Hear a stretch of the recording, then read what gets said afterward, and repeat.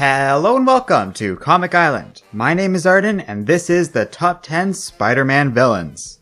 So for the first time ever, I put a series of ideas for a top 10 on our Patreon weekly poll. And this was the topic that won. I was a bit surprised since it's a pretty straightforward topic, but hey, why not? It's always fun talking about Spider-Man, and it might be interesting to go over my very favorite villains. Spider-Man has many great and iconic villains, so the idea of it boiling down to anything other than my personal favorites really isn't gonna happen here. There's so many good antagonists in the world of Spider-Man that I really couldn't do much other than pick the ones I like the most. Although I did focus on the villains that work best with Spider-Man and his characters, rather than the ones that might be the most famous or most iconic in his rogues gallery. So with that in mind, let's get started with Number 10. The Juggernaut. So we start things off on a bit of a weird foot, as the Juggernaut, common foe to the X-Men, really is one of my favorite antagonists Spider-Man has ever faced. I realize it's a bit weird that in a world of so many great Spider-Man villains, I chose to start with one that isn't really traditionally viewed as a typical Spider-Man villain. And I might not be helping matters when I say I'm doing so pretty much from a single solitary Spider-Man comic only 2 issues long. Still, it's one of my favorite all-time Spider-Man stories out there, and the Juggernaut really deserves a mention here because of it. On its head, the two are actually a really good combination together. Spider-Man is quite powerful after all. It's easy to forget until you remember how hard it is to even hit him. Yet against the Juggernaut, his powers truly meet their match.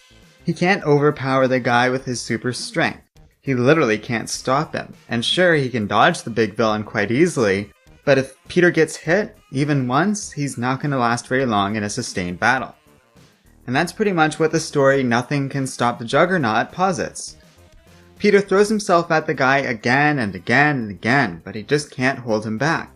There's no practical, obvious way to beat him. No use of his powers that seems to work against him.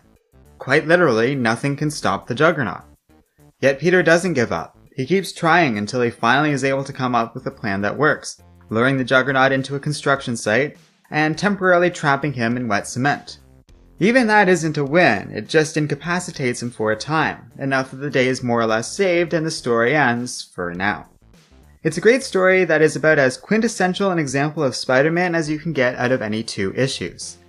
The whole idea of Peter trying in spite of overwhelming odds against him, and the notion that the only way he won was through his wits, not his powers, are 2 of the best elements of Spider-Man's character in action.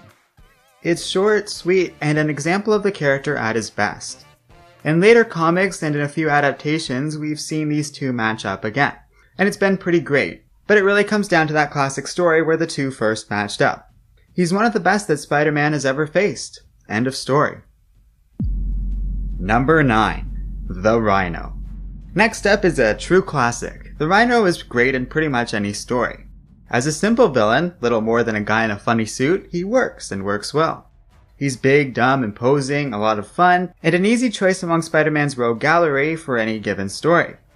Sometimes simple works well, and through so many video games, cartoons, and comics, this has been a good villain and an easy choice for the writers of countless adaptations for the character. I remember him in the 90s animated series, or fighting the ultimate version of him in the Ultimate Spider-Man video game. I remember him grieving at his mother's grave, only for Spider-Man to accidentally knock it down after he attacks the villain without talking to him first.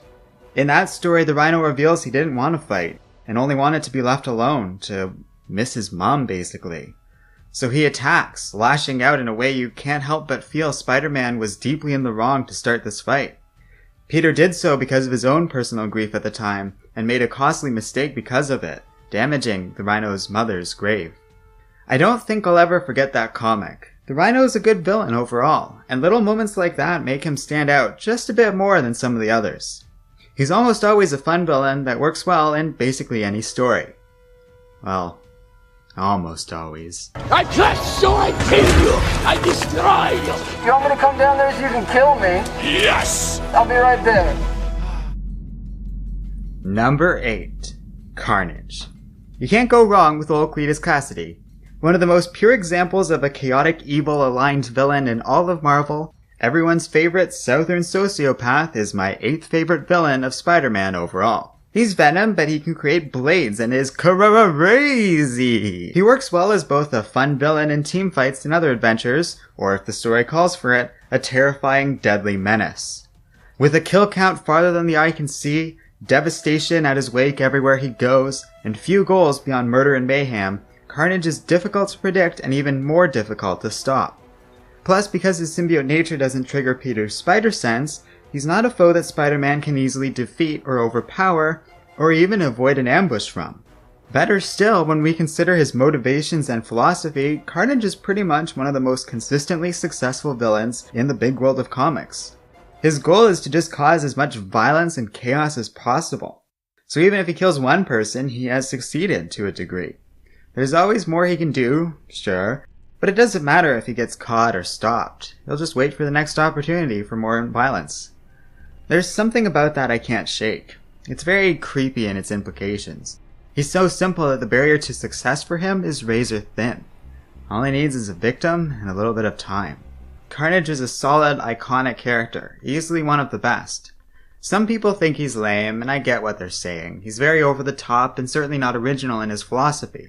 But it's not like violent sociopaths don't exist. And the idea of one of them bonded with a superpowered alien suit, able to make blades and other weapons with his mind, that's a pretty scary thought. Though he often doesn't bother with plans, when he does come up with them, they are always on an epic scale of slaughter that one can't help but appreciate it on some level. Well, I'm not a sociopath, I'm not saying that at all. I swear I'm not crazy. Number 7. KRAVEN the Hunter. So I have to admit, to a large degree, KRAVEN is right here because of The Last Hunt, or whatever that story is called. It's a great comic and one of those character-defining moments for this villain. If you haven't checked it out, dig up the graphic novel or check out Comixology, Marvel Unlimited, or one of those sites, because it's great and kind of a must-read modern Spider-Man comic. It shows this crazy side of KRAVEN that sticks with you and your image of him, or at least it definitely did for me. He's creepy and powerful, and The Last Hunt really is KRAVEN at his best. Outside of this story, he can be a lot of fun, as either another goofy villain or an equally deadly menace, akin to the role he played in The Last Hunt. He had a great cameo early on in the Agent Venom story, for example, and I like when KRAVEN randomly decides to hunt another person in the Spider family. He'd be a great choice for a future movie too, as The Last Hunt is easy fodder for a crazy story, while KRAVEN himself can be a really solid villain in the right hands.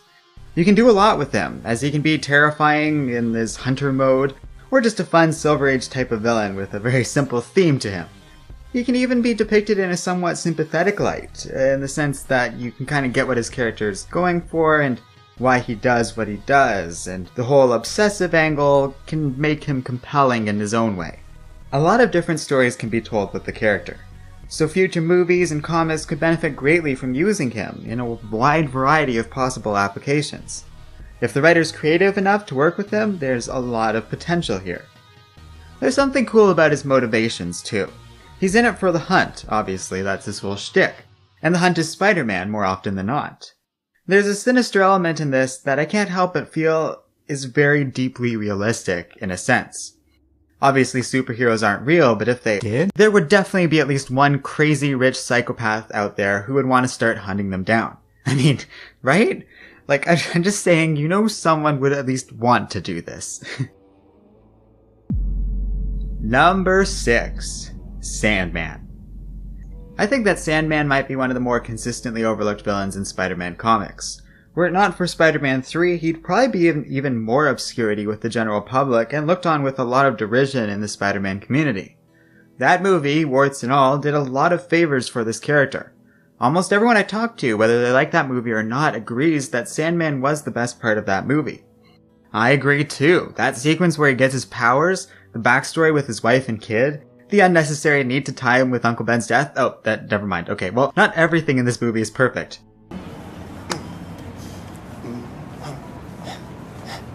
Okay, maybe it's not even a good movie, but SANDMAN really had something going for him. This translates over to the comics as well, to a degree. Though always a more traditional villain in the lines of Electro and other villains who are basically crooks with a nifty suit or power, and lacking the whole angle of having a daughter, SANDMAN still has proven to be quite interesting over time.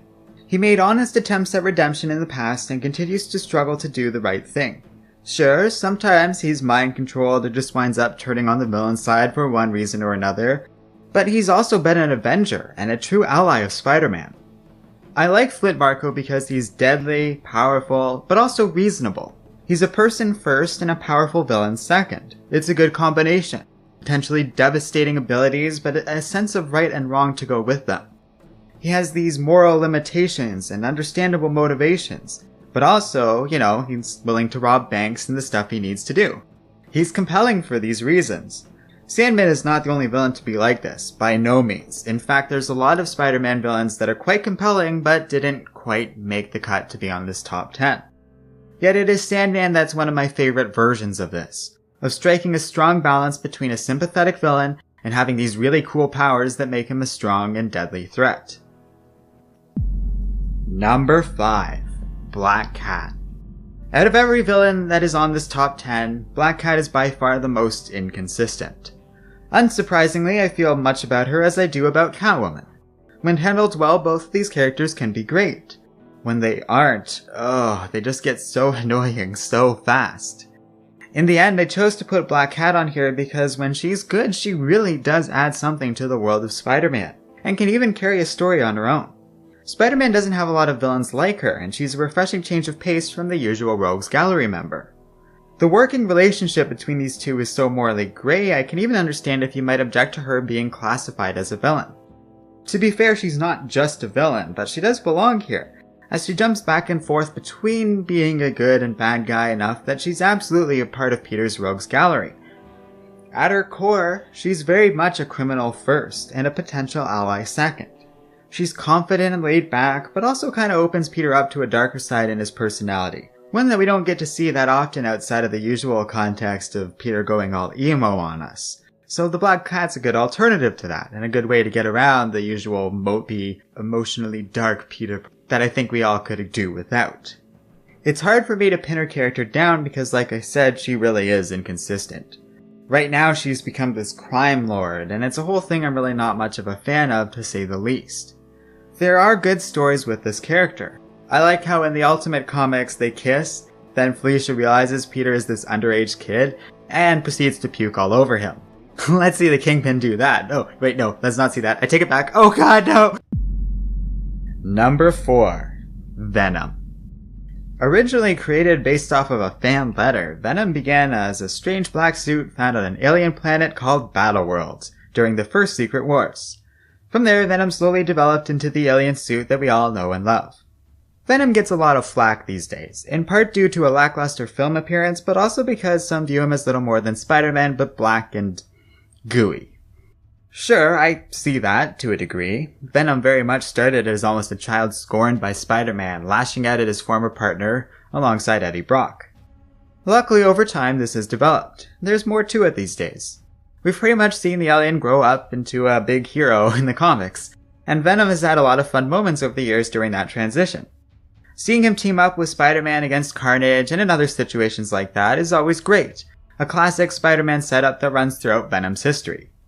As things developed, I really like that moment when Eddie Brock gives up the alien and it ends up in the hands of mobsters, only for Venom to abandon his host in mid-air after deeming him unsuitable as a new partner. Then Venom bonded with Scorpion, and that was amazing! The two seemed to feed off each other's worst impulses, and Venom became a dangerous, violent cannibal. And an Avenger! It was a weird time. But Venom at his best has to be when he bonded with Flash Thompson and slowly became a hero. Yeah, it's a little weird to say that when we're talking about Spider-Man villains, but even that time was deeply informed by his work as an enemy of Spider-Man. Flash losing control of the alien early on in the presence of Spider-Man is a good example of that. These days, Venom is back with Eddie Brock. That's okay, because like I said, Venom is pretty great as a villain, or an anti-hero, or whatever they have planned for the character in the whole Venomverse thing. He's a good match against Spider-Man, able to mirror his powers, but with a physique that always makes him sort of tower over Peter. And more importantly, his immunity to detection by Peter's spider sense makes him a real and consistent threat. I like his powers overall. They make him a dangerous opponent and a neat little crazy mirror to Spider-Man, even though that's been overplayed a bit by now. In my opinion, he's simply one of the very best. Number 3. Kingpin. So yes, the Kingpin is very much associated with Daredevil too. So what? He's matched up so often and consistently with Spider-Man that he pretty much belongs to the rogues gallery of both of these heroes. I actually really like that detail about the character. The Kingpin is so powerful and so widespread that he's very much a deadly enemy to more than one character. Given the character's connections and criminal underworld, that just makes sense. I like several aspects of Peter's antagonistic relationship with Wilson Fisk too. The Kingpin has no powers, no special tech, and generally no real supernatural abilities. He's got wealth, connections, a strong physique, able to knock Peter around potentially, but mostly his strength just lies in this criminal network he controls. Often Spider-Man's biggest obstacle is finding a way to defeat this villain without making it appear like our hero is the bad guy here. The Kingpin has a public face and a reputation, and a real track record of using that power to his advantage. He can be vicious too. When he found out Peter's identity, he put out a hit on him and his family. He didn't have much of a reason behind it beyond just simple revenge, and he almost succeeded, nearly killing Aunt May and almost driving Spider-Man to kill the Kingpin outright. That's incredibly rare in Spider-Man canon and reveals how deadly and dangerous he can be. Much as I don't like that particular story, that was a pretty crazy moment. And remember, he did all of this, one of the worst things he's ever done to Spider-Man, behind bars, safely in prison. That's how powerful the Kingpin is. He just has these connections to the outside world that it doesn't matter if he's in jail, he's still powerful. Another great aspect of this character is that he can still be totally reasonable if it serves his purpose. I like how the character might help Spider-Man or give him information in a certain situation if he believes it will serve his purposes. As fun as a crazy and unreasonable villain can be, there's something compelling and fun about a villain you can work with and negotiate. He also shows some sympathetic sides because of this too.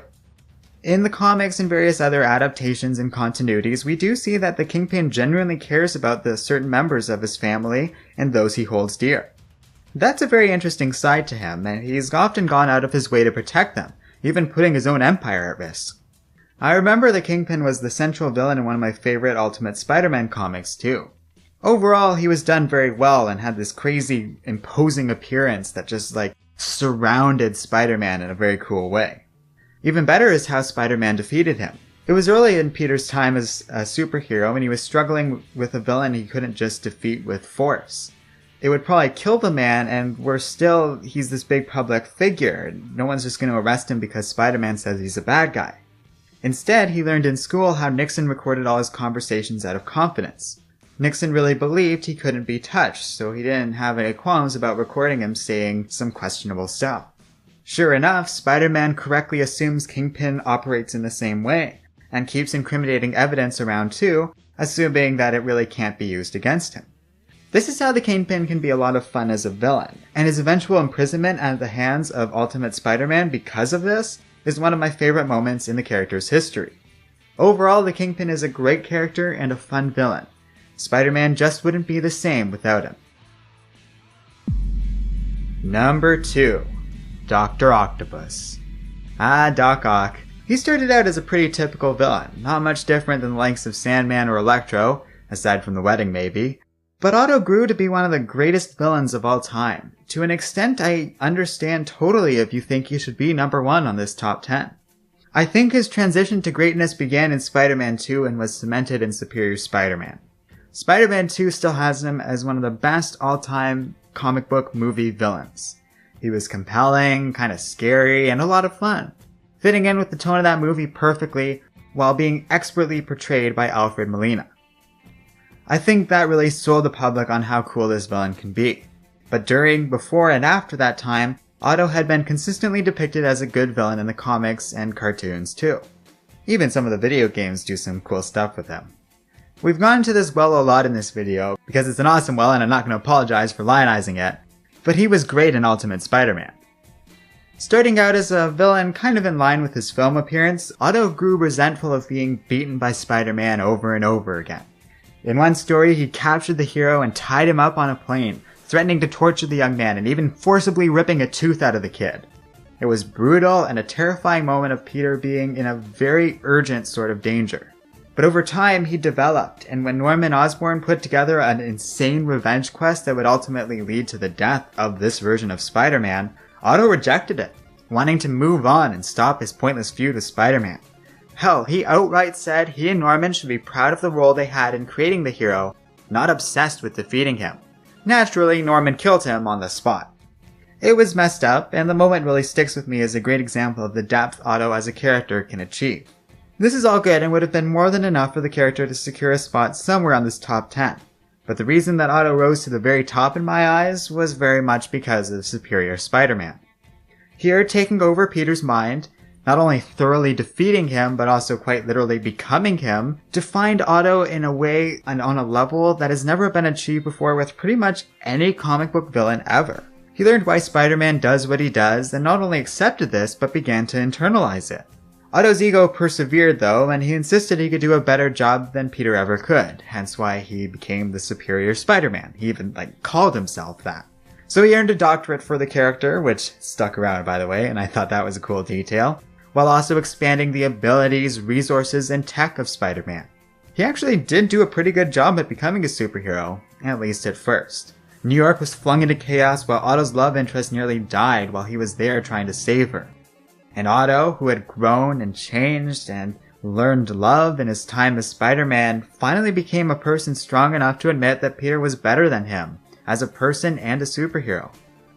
Otto died, willingly giving Peter his own body back, knowing it would save the people he loves. It was a weird story then, quite unique in the world of comics, but a wonderful, beautiful way to end the character's story. Otto gave up his life, not with hatred in his heart, but with the knowledge that his greatest enemy would do the right thing and make up for Otto's own mistakes and shortcomings. It was a tragic and unforgettable aspect of Spider-Man lore, and this character in particular.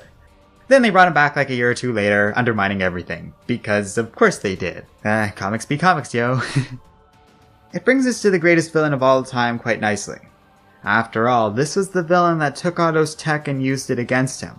The one that flung the city into chaos and forced Otto to make this sacrifice.